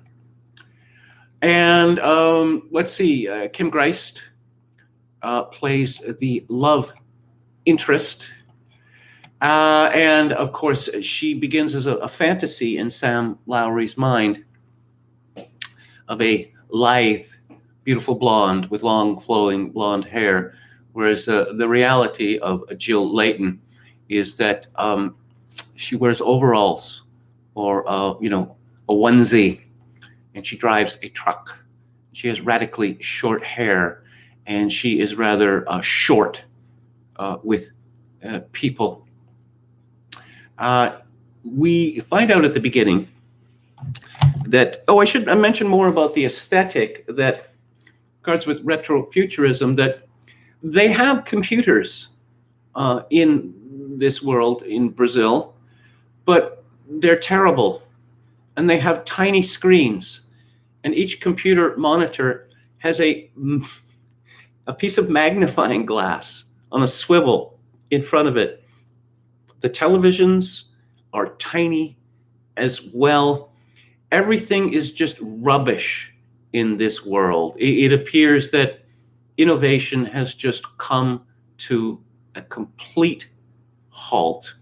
And there are tubes, pneumatic tubes, everywhere that you look underneath, behind a wall, and there just seem to be thousands of them. Who knows what they do? We see them on building floors, snaking around for some reason, suggesting not just that the progression of civilization has stopped, but that we have seen actually a regression there. So at the beginning, there is this anarchist handyman played by Robert De Niro. He is on an arrest list because actually he does good work. And apparently he does it for free. We're all in this together, he says. But a fly gets in the way of the printer. And so someone called Archibald Buttle, not Archibald Tuttle, is arrested in a spectacular fashion, a shock and awe, one might say, that a circular hole is drilled in the apartment above, and the police come through the hole, they smash through the windows in order to create maximum terror. The arrested man is trussed up like a turkey. I mentioned earlier in the show that this film seems very prescient in terms of the COVID-19 year. We're all in this together, supposedly, and we're doing this for your own good. And the government wants you to be happy. Everything that we do is to make you healthy and happy. And the government charges people for interrogation and torture. It's sort of a prescient of Tony Blair's third way of public-private partnerships. And we see that religion has been subsumed by, again, this is prescient, by what, I don't believe it had a name then, but what is the prosperity gospel? That apparently religion is tolerated so long as one worships the policies of the government. Because, what higher goal could there be in life than to serve the state?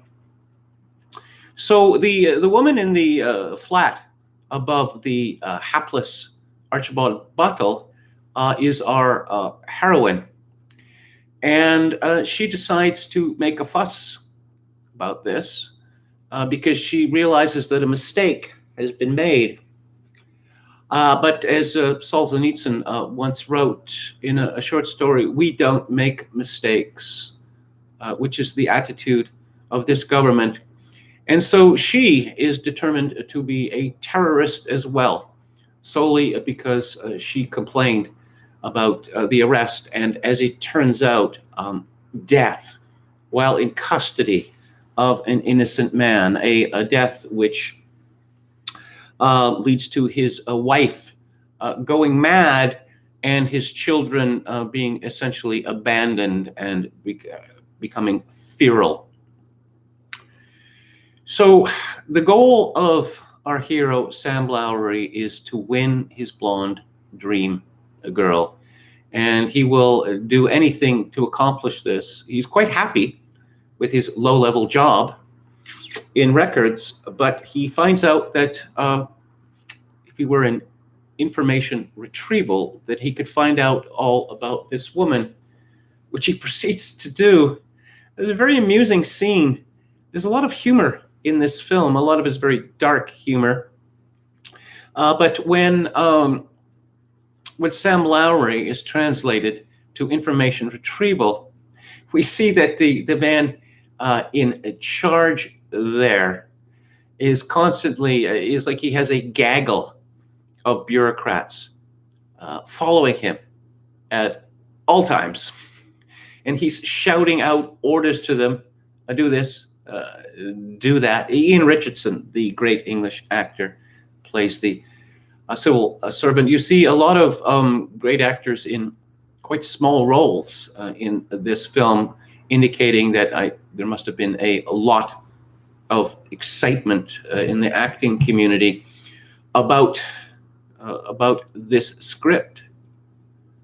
You see, what's his name? Broadbent, Jim Broadbent, as well in it, in a small role as a plastic surgeon who speaks in a Cockney accent.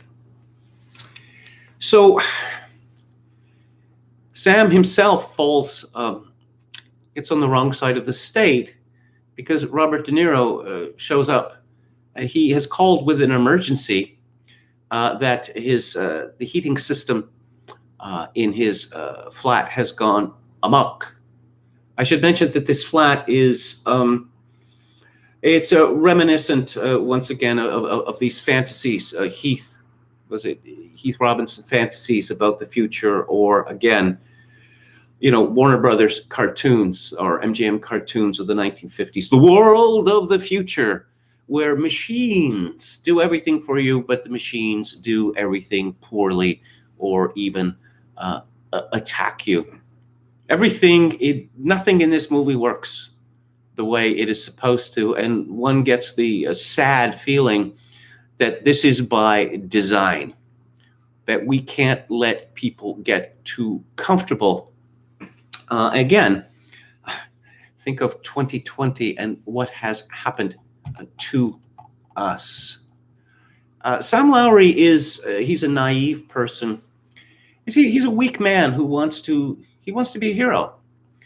And he has a persistent fantasy or a dream in which he has wings and he soars through the sky and rescues a damsel in distress who turns out to be Jill Layton.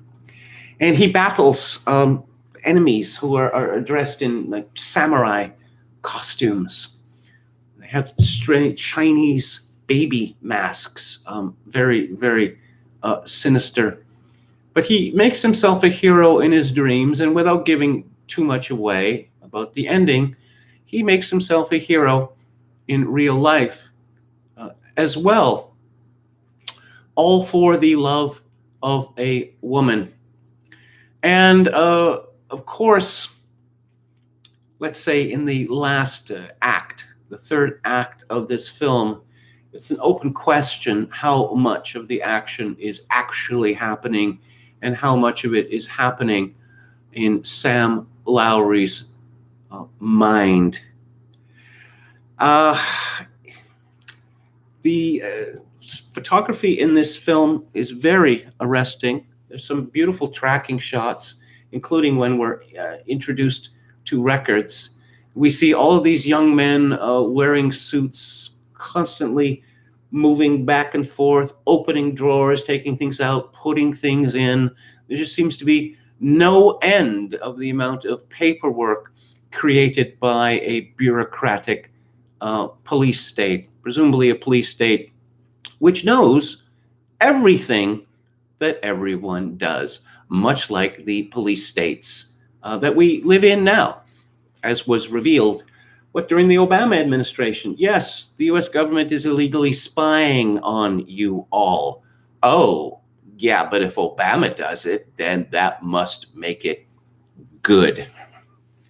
There's a amusing reference to the famous Odessa Steps scene from Battleship Potemkin, which we also saw in that Brian De Palma movie written by David Mamet about Chicago.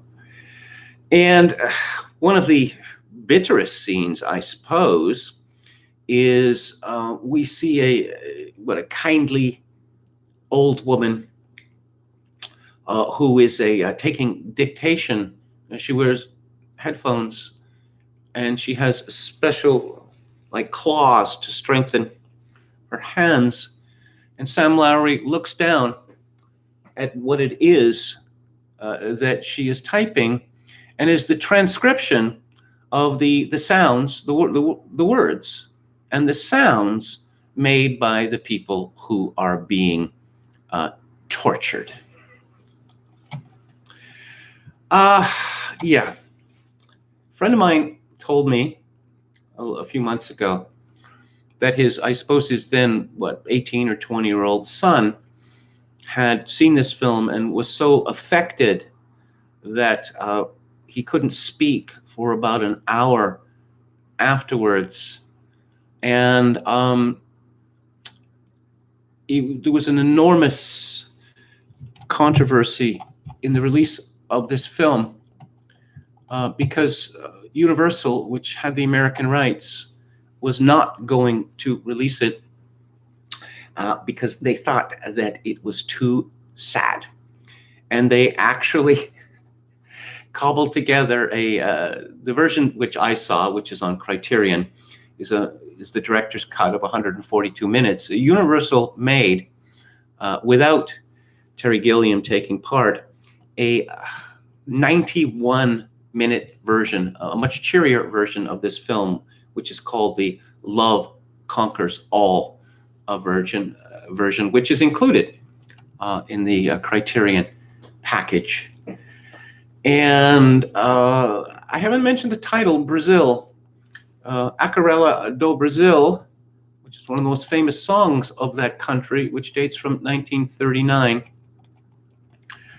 and has been recorded by so many people, including, Frank Sinatra, Chet Atkins, Antonio Carlos Jobim.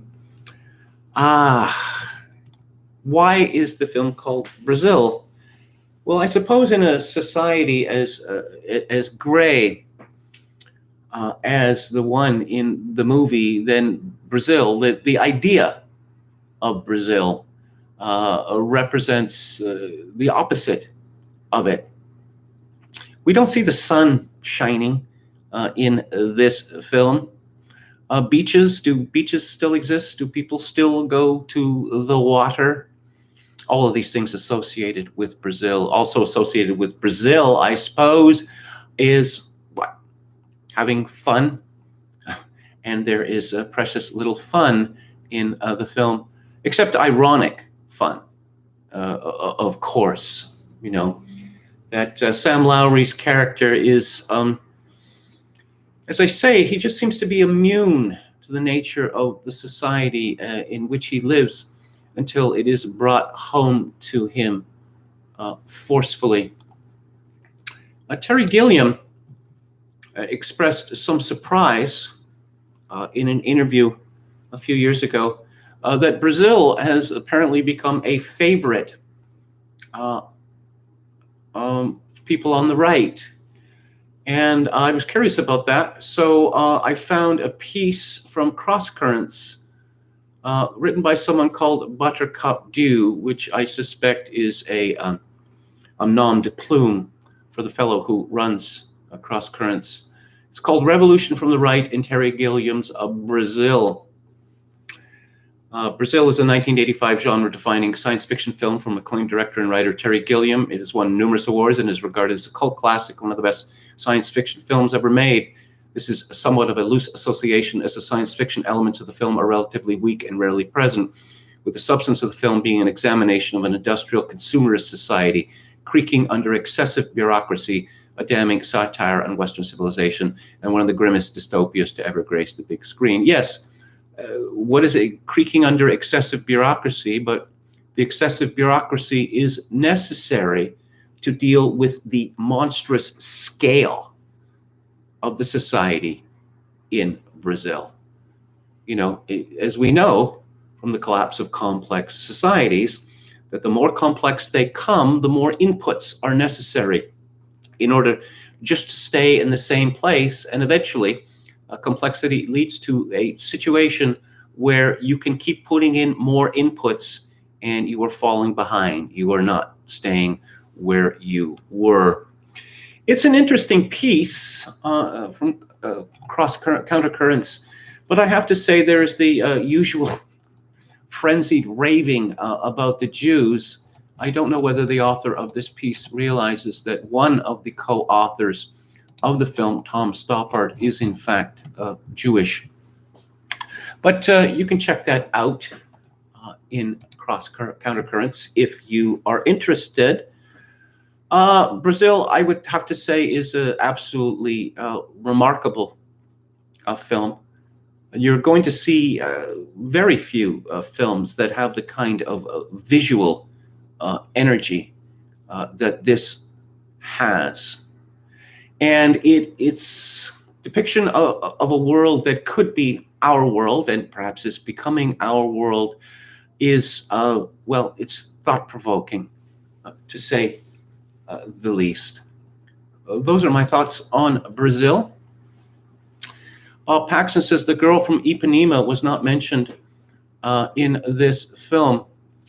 Yeah, that song was a hit when I was a boy, and it sparked off the whole bossa nova craze in North America. Bossa nova meaning new thing in Portuguese. But I suppose it gave everyone the idea that life in Brazil was just endless fun, and that all of the women in Brazil looked like Astrid Gilberto. Hikam Warrior says, I just ordered 3 films by Iranian cineast Mohsen Makbalbaf. Okay. What else do we have here? Driss Duda says, I'm trying to think of a movie that will soothe your soul. I once watched a Quentin Tarantino film that so sickened me that I thought, I need to counter this with an antidote right now.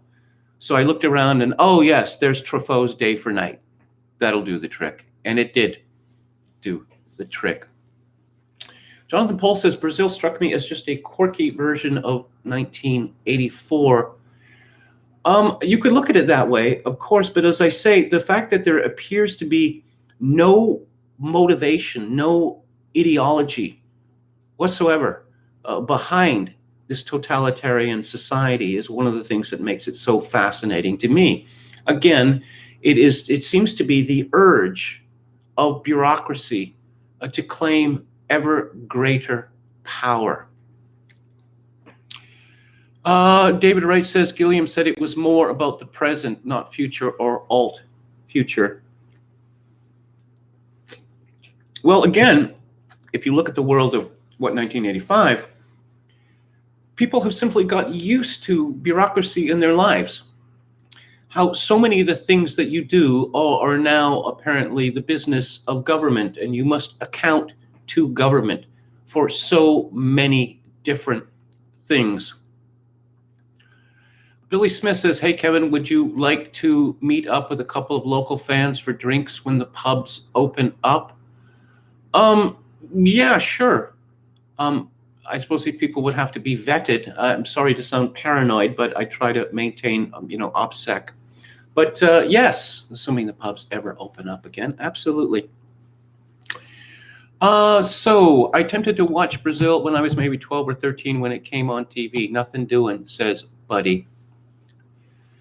No, it wasn't the Tarantino film where Sam Jackson sexually humiliates a white man. It was the one with carving swastikas on the man's forehead. I thought that was Quentin Tarantino's view of the future, that all of us will have a swastika carved in our forehead.